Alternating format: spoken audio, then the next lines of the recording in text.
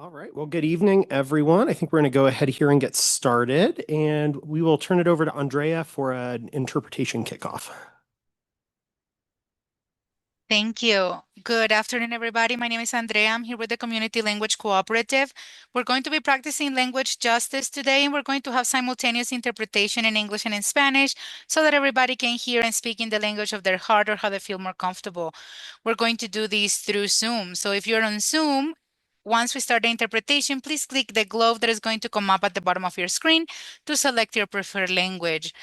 Please remember, those of you who are in the room and are going to be presenting, that Spanish is 25% longer than English, so it will take me longer to repeat everything that you're saying in the other language. So try to speak at a conversational pace and very close to your microphone. Hola a todos, mi nombre es Andrea, estoy aquí con la Community Language Cooperative.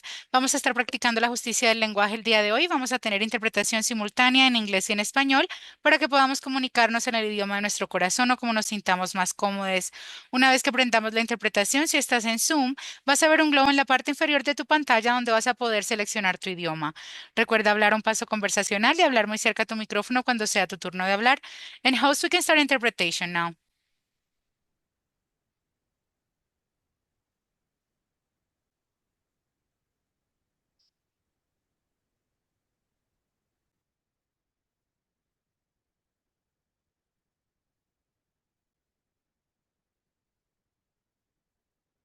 All right, great. Well, welcome everyone to the City of Sheridan, and thank you for coming in tonight for this neighborhood meeting.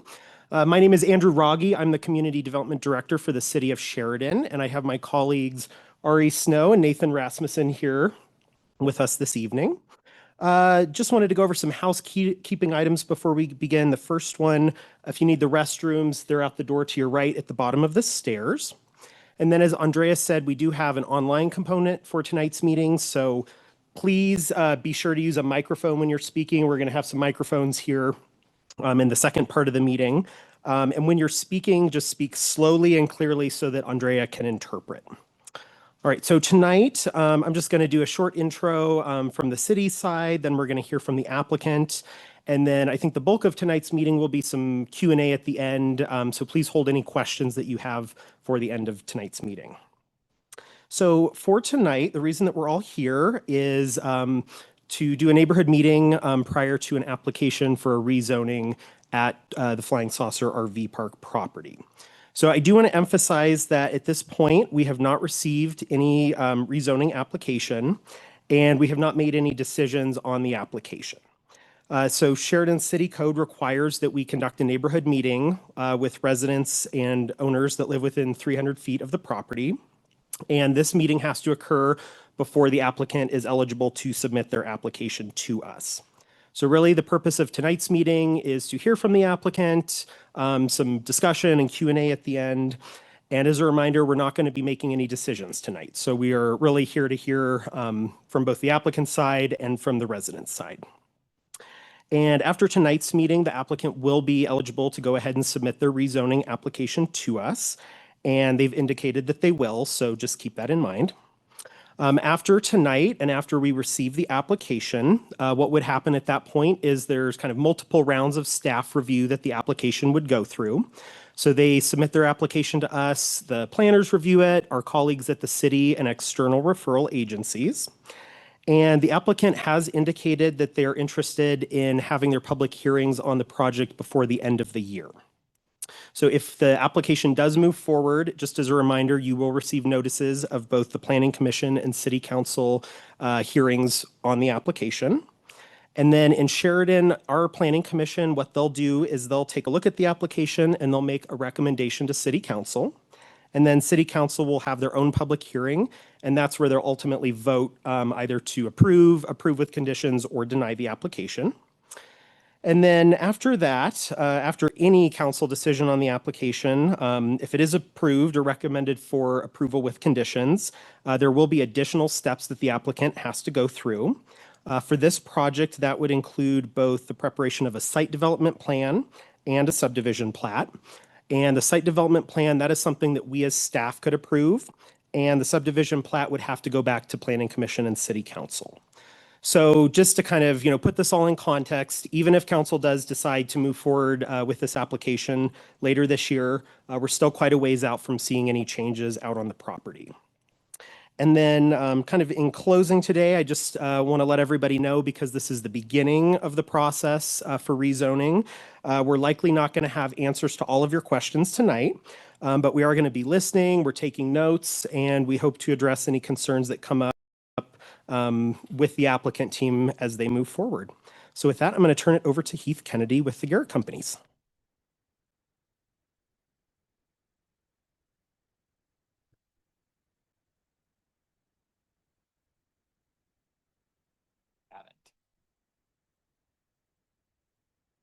Well, good evening, and thank you for all of you coming and joining online. My name is Heath Kennedy. I'm with the Garrett Companies. Next slide. So the meeting purpose, as Andrew stated, is the first of many steps in the process for rezoning a property. I want to stress that the property has not sold. It is currently under contract by the Garrett Companies. We have spent a lot of time working through due diligence and completing initial research, and have come to the conclusion that we feel comfortable moving forward with this first step, which is the PUD rezone. This presentation is to provide details of the proposed redevelopment. I know you all have a lot of questions about the potential sale and the timeline. We do have a representative on behalf of the seller here to answer specific questions regarding any of you that are residents. At the end, I'll talk a little bit more in detail about the next steps and the anticipated timeline that Andrew touched on. And I think that the big one that I want to point out is that the anticipated closing on the property, if we continue forward in the timeline that we anticipate, the earliest would be the spring or summer of 2026 before closing would occur. Just a little bit about the Garrett Companies. We're a multifamily developer. We have national experience, but specifically in Denver, up and down the Front Range from Longmont all the way down to Colorado Springs. Just some images of the type of product that we construct and own and operate. So the current site is owned by the Flying Saucer RV Park, as an RV park that many of you are tenants in. The current zoning is Business 1 and Business Light Industrial. And the current comprehensive plan calls for this area, if it were to change in use, to be a mixed use with a preference for medium density residential development.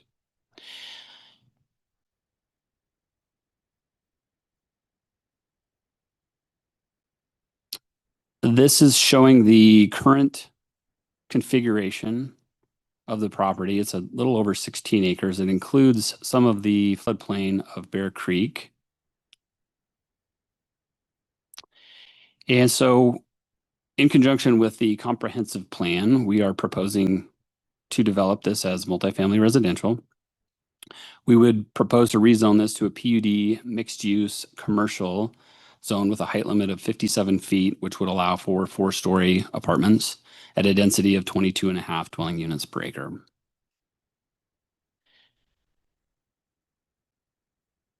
Given the existing trail network and proposed improvements along Bear Creek in their master plan, we are looking to develop about 14 acres of the property and then dedicate or preserve the open space and add an 8-foot trail along the north side of Bear Creek. And that would amount to roughly 2 acres that would be dedicated to the city of Sheridan. Just a quick highlight on the site plan. We're looking at 7 residential buildings, 4 stories, 362 residents with a mix of 1, 2, and 3 bedroom units. Total parking of 627, which is allocated into surface, attached garages, and detached garages. These are some conceptual renderings of other projects we have completed, and we expect to have that same look and feel for this project. Just a quick touch on some landscaping, vehicular access, pedestrian access. We're looking at 5-foot setbacks along all the property lines for landscaping. That would be a minimum. The complexity of this site is there's a lot of utility lines and easements and the way access comes into the site that really made it difficult to do a lot of different options. So we're kind of stuck with this configuration, and we'll need that 5-foot setback in a few locations. But as you saw on the site plan, there's plenty of areas where we've got significantly more. I mentioned the 8-foot trail along Bear Creek. We will be adding a new bridge to make that connection from the Bear Creek Trail system to the north side. And potentially at some point in the future, the city has contemplated a pedestrian bridge over Highway 285 or Hampden Avenue. Stormwater would be managed by the City of Sheridan and Mile High Flood Control District. We did complete a traffic study for this project, which determined there were no significant impacts. There are a couple current deficiencies, one being the South Bryant Street decel lane on Highway 285, which needs to be lengthened and widened, and then the intersection of River Point Parkway and the entry into this project is already either warranting a signal or some sort of improvements. We've looked at a roundabout, which I think everybody would like to proceed with. So those two improvements will be part of our proposed project. As Andrew mentioned, we are in the first step of the PUD rezone. We are anticipating submitting the application this week. There's a typical 4-week review process. We expect that to go back and forth a couple times with some resubmittals addressing those comments. We would be looking at a planning commission hearing in October, and then city council first reading end of October, and city council final hearing and approval in November. Assuming all that continues forward, we would start working on our site development plan application. That would likely be submitted at some point in January. Same thing as the PUD rezone. There's a back and forth review, comments, addressing comments, resubmittal. We expect that to take 4 to 5 months before we would be in a position to close on the property. That is all I have. I will open it up to questions at this point. If you have specific questions on the application or the rezone, the Garrett Companies, let's start with those questions and I will answer those. If there are specific questions as far as ownership is related, then let's save those until we're done, and we'll have Jonathan come up.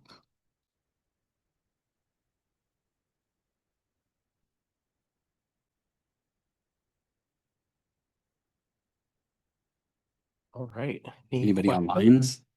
Anyone online, Nathan? Right. This is the initial timeline. Can you provide us with the rest of the timeline as to when the property would actually be redeveloped? So with our approvals in basically a year from now, we would close on the property and that's when construction would begin. What kind of notice would residents get for moving? Part of that question is going to be directed towards Jonathan. I will say from our standpoint, you will continue to get notices as we move through the PUD rezone process. As far as the site development plan, that notice for those hearings would be tied to the plat. So you would have some indication of how the project is progressing through the review process at the city level. I think as far as the other timeline, that's probably going to be directed towards the ownership, current ownership, and how they can provide notice along the way to you all. Would there be any financial assistance provided to residents for moving? I will defer that to the ownership.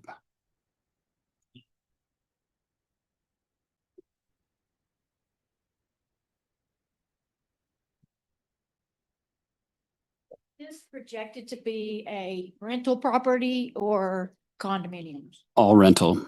And what is your price point?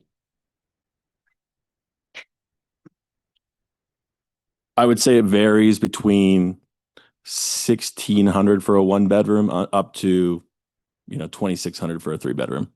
Because currently most of the residents that live there are probably 50 plus in age, where retirement is coming up if it already isn't there. So that puts us in a very bad position as to where we can relocate.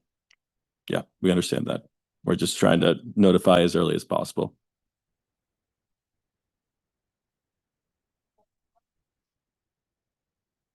No, the property has not been sold. We are currently under contract and we expect closing or us to be able to purchase the property in that spring to summer of 2026 timeline.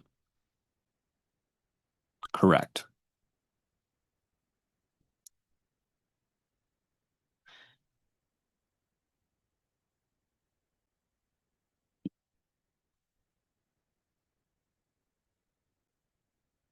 So as things progress along the way, what is the requirement for a notification of those people that live 300 feet or whatever you said from the property? Because normally when I go by places that are like being rezoned or businesses that are being rezoned, usually there's a big wooden 4x8 board with a big notice posted on it, allowing anyone that drives through or goes by to be made aware of meetings like this. On this particular property, I've not seen that.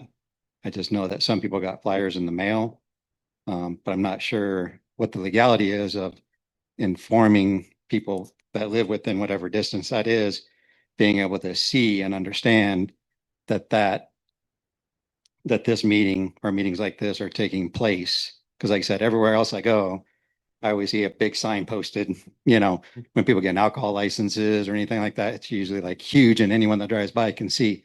This seems more of a top secret organization. It's a great question. So like I said, tonight's meeting, this is the neighborhood meeting that we have before they can even file the application. So a lot of cities don't even require this meeting. We're one of the ones that do. So that notice requirement is just the mailed notice. And we have a policy, we notice property owners within 300 feet and also any tenants. So if we have like apartment unit addresses, space numbers, anything like that, we send notices basically to anybody we have an address for. So that's for the neighborhood meeting. And then I think what you're talking more about, so those will be the notices that get posted once the rezoning application is filed and then scheduled for a public hearing. So there are some required notices that will say this is the date of the planning commission meeting and the date of the city council meeting. And those notices, we will mail those out basically to everybody that we mailed for tonight's meeting. There will be a posted notice on the property. Our notices are not as big as the signs you're describing, but it's a big property. There will be several posted, at entrances and around the property so that it's pretty clear. And then we do a newspaper notice as well. So there's 3 different types of notices we do, and that only happens once they've scheduled their public hearings with us. So, but yes, those will come out as well. What factors will the city be weighing in considering whether or not to rezone the property? Great question. So we have all of that criteria in our zoning code, and that is chapter 56 of our municipal code. You can find that if you Google Municode, M-U-N-I, and then code.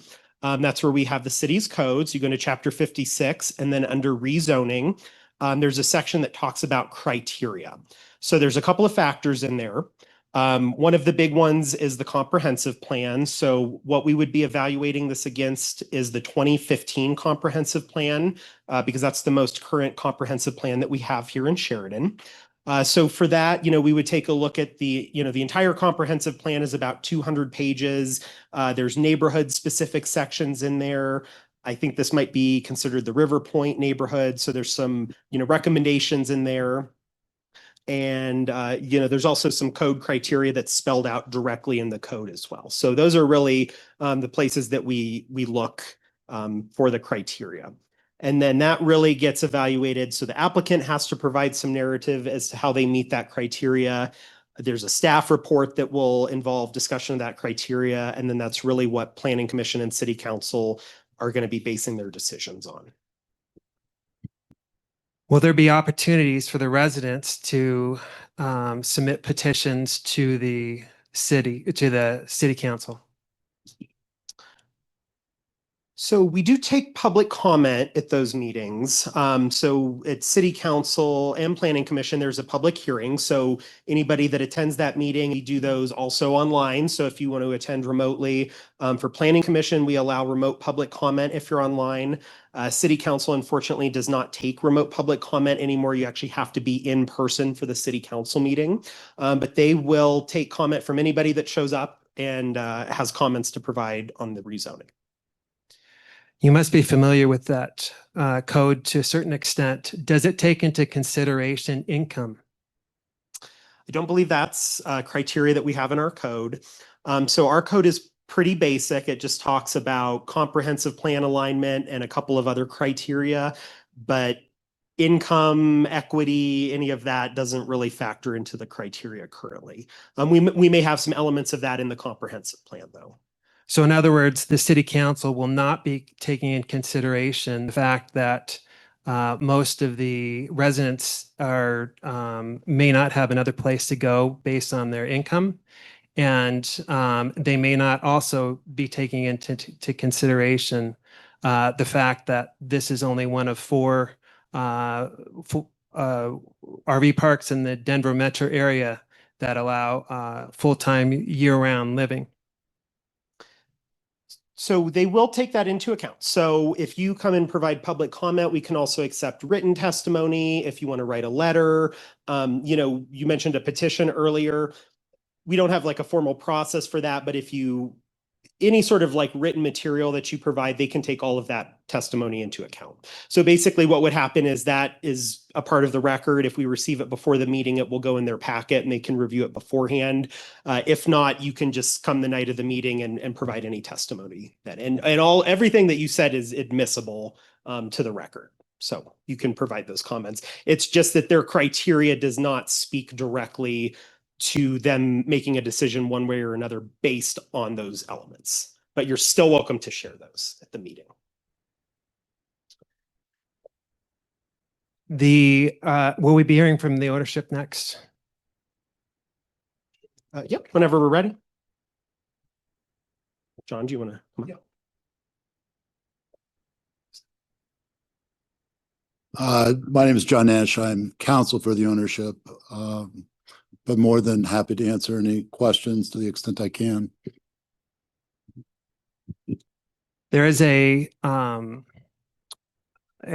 state of Colorado has a I don't know if it's a law, but there is something in there that allows for residents of mobile home parks to form a co-op in order to purchase the property.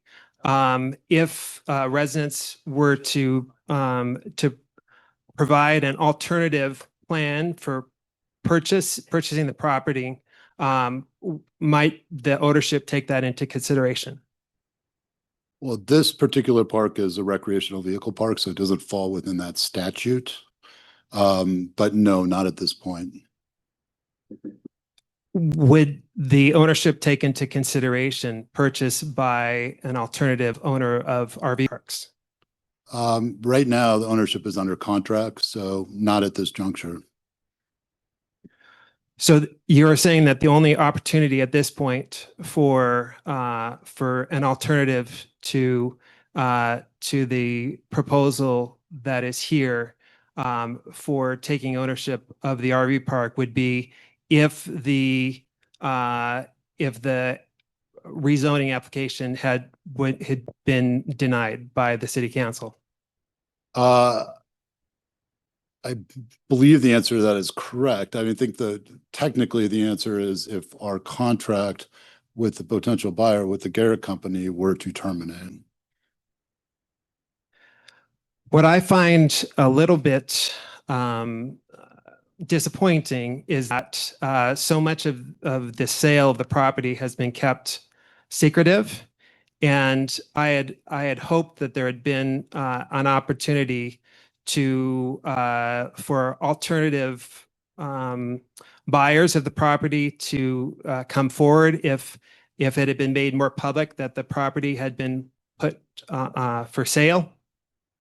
In fact, I had spoken with a couple of interested parties who may have been interested in keeping the property intact as is, and the fact that ownership has gone forth with a builder of a multifamily complex that you can find so frequently throughout the Denver metro area, it makes me quite disappointed that alternative offers were not considered.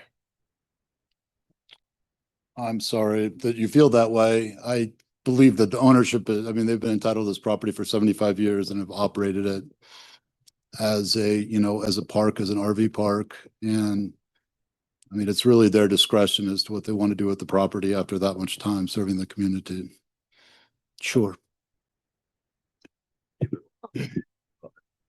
What kind of options for any financial assistance to the residents in preparation for them being able to find someplace else? Like hold the rent? I'm not sure I understand as far as hold the rent, as far as saying for the tenants not to pay their rent. Suspend the rent until the park closes, so they'll have that time to save up money to go somewhere else. Yeah, that would not That be won't an happen. option. No, no, it won't.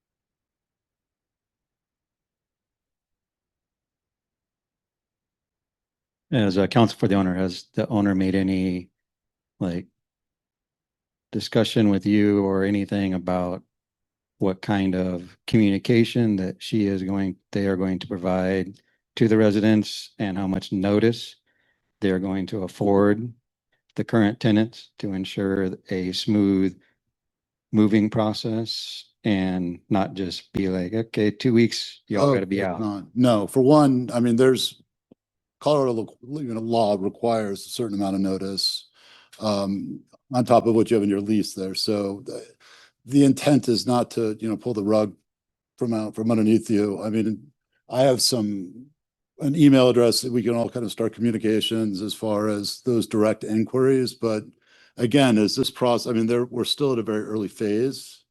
As it evolves, there's going to be communication. But no, the intent, I mean, again, the ownership is, they've run this park for 75 years and have had interactions with multiple residents over the years. So the intent is not to just say, we're walking away. There will be full transparency as far as when, and, you know, the time comes, if it, you know, comes to moving people out of the park.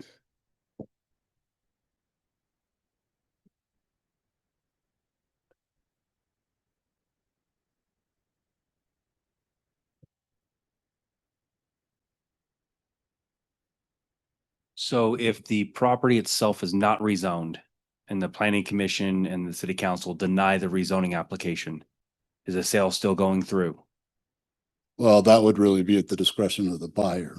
I mean, we have a contract that has certain contingencies within the contract where they can, you know, the buyer can terminate the contract. You know, at the same time, they could close on the land if the zoning were denied. But, you know, so I don't know that I'm necessarily answering your question, but the contract is really what is governing the sale of the property.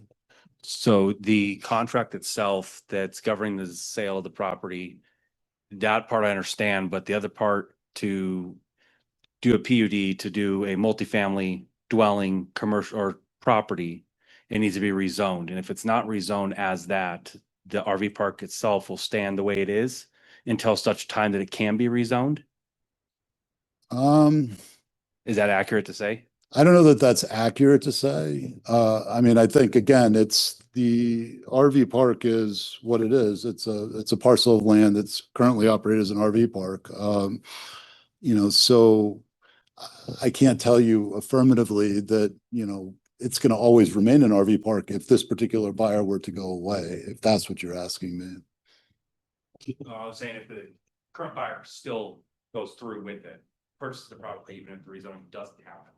Oh, that would be really a question for them, but I don't know. Yeah, and I could just add something to that. So property currently is a part of an overlay district. So you have your base zoning, which we had on a map earlier. I think it's business zoning on the west parcel and then business light industrial on the east parcel. So that's the base zoning. And then there's an overlay district that floats on top of that that allows what we call an overnight campground use, which is the RV park. So both of those, all three of those zone districts allow certain uses. So the business district is a little bit more restrictive.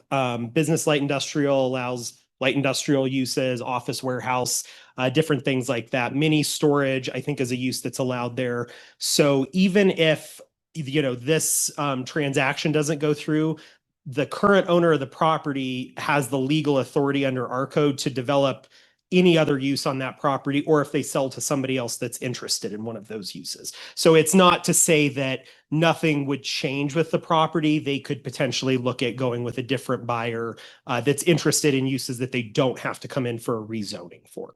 So just wanted to clarify that there is base zoning that allows quite a few uses already. Can you detail those uses, please? Not right here, but in our zoning code, we have the full list of all of those uses. So the business district uses, it's general retail uses, coffee shops, nurseries, daycares. It's kind of the zoning that we have up and down Federal Boulevard. And then the light industrial district has uses like office warehouse, fabrication, mini storage, vehicle sales lots, automotive repair. So there's quite a bit actually in the light industrial district. And that's actually kind of the part of the property where they're doing the RV storage under the power lines has that zoning. So theoretically, any of those uses could be developed on the site also. Without rezoning. Without in a other words, the owners could sell to someone else who was willing to redevelop the property and not. So what exactly does require rezoning? Yeah, great question. So in those two districts that I just mentioned, there's no residential uses allowed. So that's why we're here tonight, because the applicant is interested in residential uses. So they would have to rezone to a district that allows residential uses in order to be able to build apartments on the property. So, any of those other uses, though, could just be developed without a rezoning. So it's a residential use that we're here for tonight. So I don't foresee this happening, but let's say the owners of the River Point development decided to expand their property. They could potentially do that, what you're saying, because that's not a residential property without a rezone. Correct. Yeah. So anybody that wanted to develop any of those uses, could purchase the property. The current ownership could retain ownership of the property and, develop any of those uses themselves. So yeah. Were there representing the ownership group? Were there alternative offers, or can you detail any more about how the ownership came upon a buyer that would need to go through this rezoning process rather than was there any alternative buyers, for instance, or would there potentially be alternative buyers that would not need the rezone? I could speculate, yes, but I don't know. I don't have an answer to your question as far as other buyers. I don't think that's, I don't know that it's necessary. If this property is not currently zoned for residential, how does the RV park with full-time residents fall under that zoning? Great question. So that's where, we have that overlay district, like I said, so it's called the Manufactured Home Park Overlay District. It covers this property and also the Bear Creek Village Mobile Home Park, and then Ridgeline at River Run, which is a mobile home park on South Federal. So this overlay district encompasses all three properties. And in those districts, the mobile home park uses are allowed. And then on this property, the Flying Saucer property, it's called an overnight campground use. So that's the use that's allowed. So that allows people to, have RVs and live in them. And it's in that overlay district that kind of floats on top of those other two districts that I just kind of went through. RVs are also allowed on a long-term basis at the Ridgeline property. But it has a different overlay zoning, is what you're saying? No, it has the same overlay. So it's called the Manufactured Home Park District. So when you look at our zoning map, and happy to give anybody a copy that wants one, a zoning map tonight, they also have their own underlying zoning. And then that mobile home park use is kind of a dashed yellow outline around the three properties. So like I said, it allows a base set of underlying or underlying uses, and then the overlay district allows additional uses on top of that, which is what we have over at Flying Saucer. The Ridgeline property is currently age restricted at 55. Does the city allow for any, in other words, can they specifically deny a resident moving in based on age? Can they discriminate based on age? So that's a great question. That gets dealt with more at the federal level with fair housing laws, and actually at the state of Colorado level as well. That's not something that we typically at the city get involved with those private rental agreements. Since it's not our property, it's a private agreement between the owner of the property and then the potential tenant. So I can't speak to whether or not they're in violation of any of those laws. I mean, my assumption is if they've been operating that way for a number of years, they probably aren't, or that there's some loophole or something that allows them to do that. But I can't speak to that property specifically.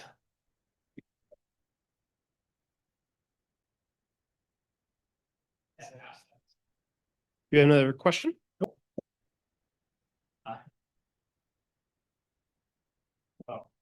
Question? Yes. So right now you're saying summer of 2026 foreclosure. For closing. If everything goes good, Sure. how much time from that point on from possession till for our notices do we get? Oh, you would have notice before then. When we close on the property, we will no longer hold title to the property. So I think the expectation as we go through this process, obviously, as Andrew has said, there's going to be additional notices that are just statutorily required. But as far as your lease is concerned, I would look at, the spring or summer of 2026 as that is a date when you would be moving out. But notice would come in advance of that, so you had time to know when that final date would be. Because I know you can't just make us move out in the dead of winter. No, no. I think that was part of consideration as far as this process and making sure that, is an opportune time and an inopportune situation as far as moving out. Yes.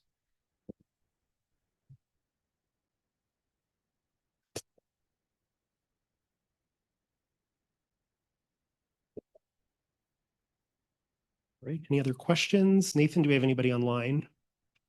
Okay.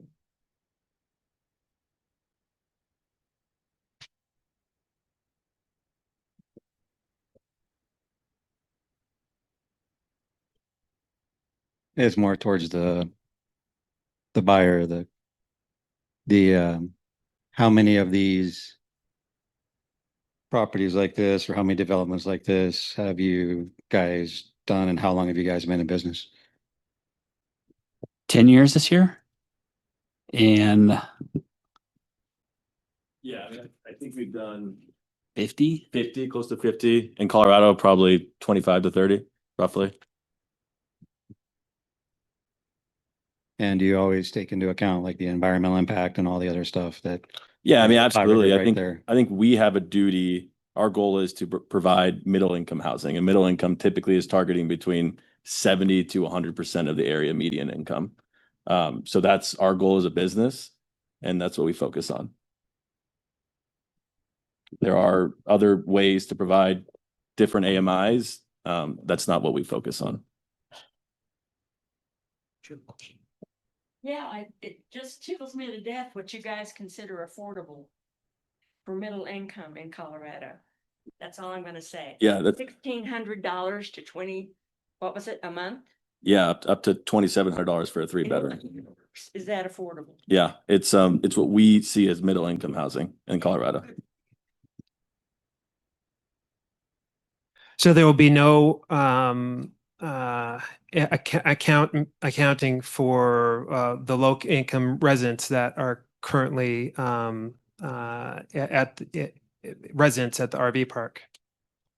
What do you mean by that?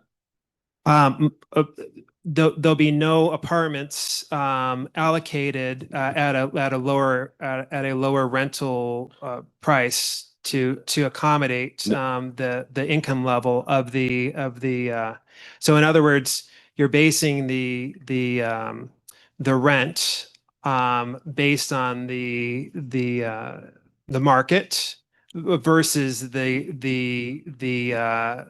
income of the current residents of the park.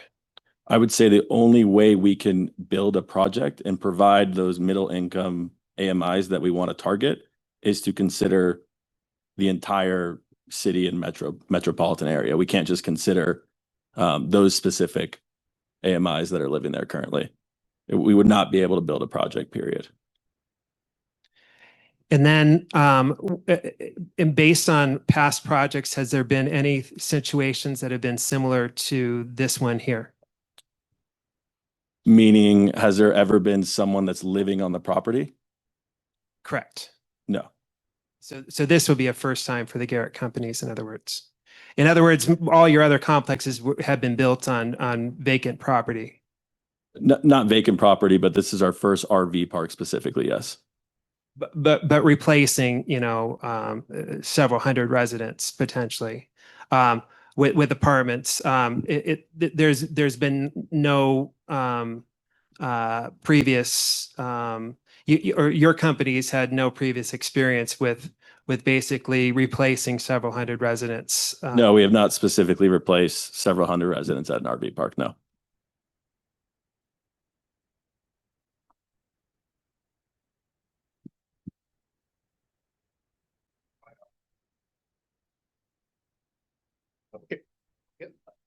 So you guys need it for on the light. So you guys will purchase the property, say 90-day notice is given for people to vacate, people vacate, you guys build. And you said you're taking into consideration the median household income or the median income for the metropolitan area. You're talking Denver, where the median income is between $100,000 and $195,000 a year.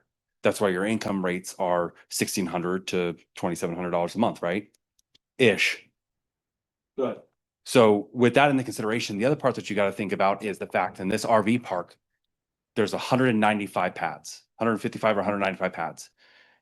Over 60% of those pads are retired individuals that are living off Social Security. And the reason that they're there is because their lot rent is more affordable to them living on that Social Security.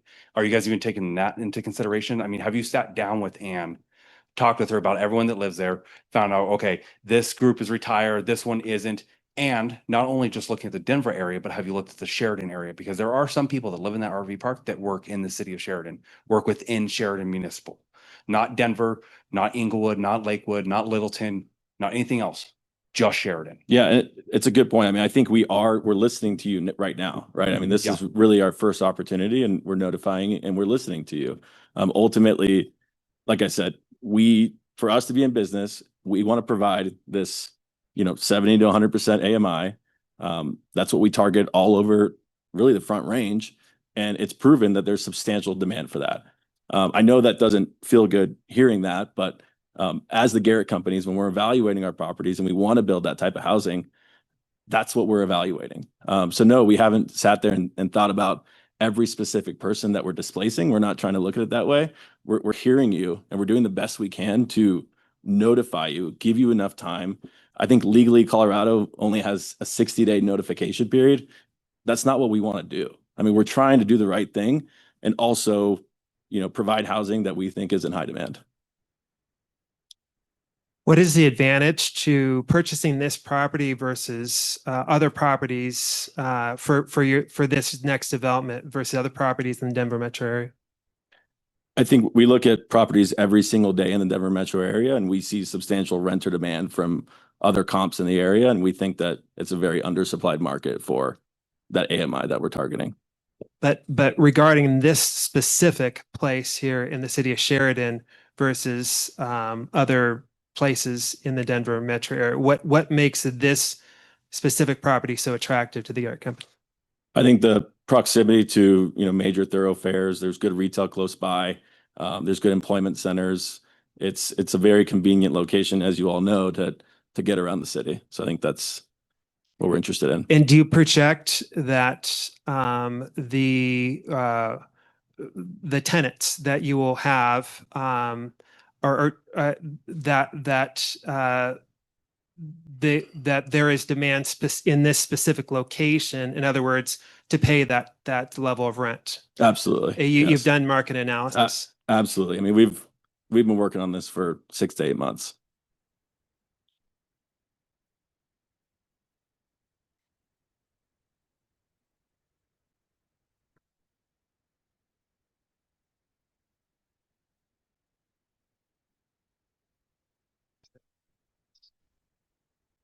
Questions?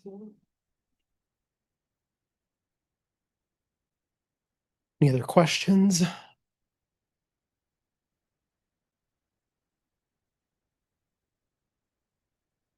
All right. If not, I don't know. Do you have anything you want to add before we close, Heath?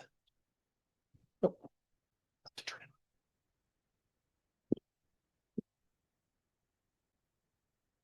So I'm going to ask you guys the same question I asked earlier. In the event that the rezoning application is denied, will you guys still continue to operate the RV park as an RV park until such a time that you can get it or until such time as you can get the rezoning application approved?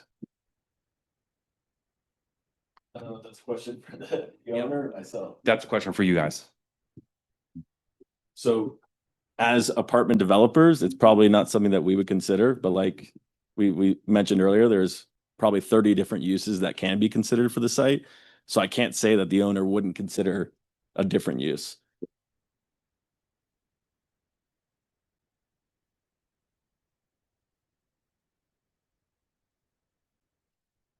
All right. One last check. Anybody online? Okay.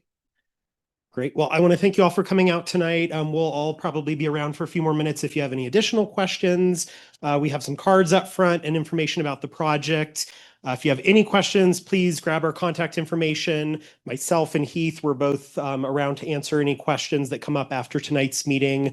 And then, like I said earlier, as the project moves forward, you'll receive those additional notices from the city. So keep an eye out for those, and there will be contact information on those as well. All right. Thanks, everybody.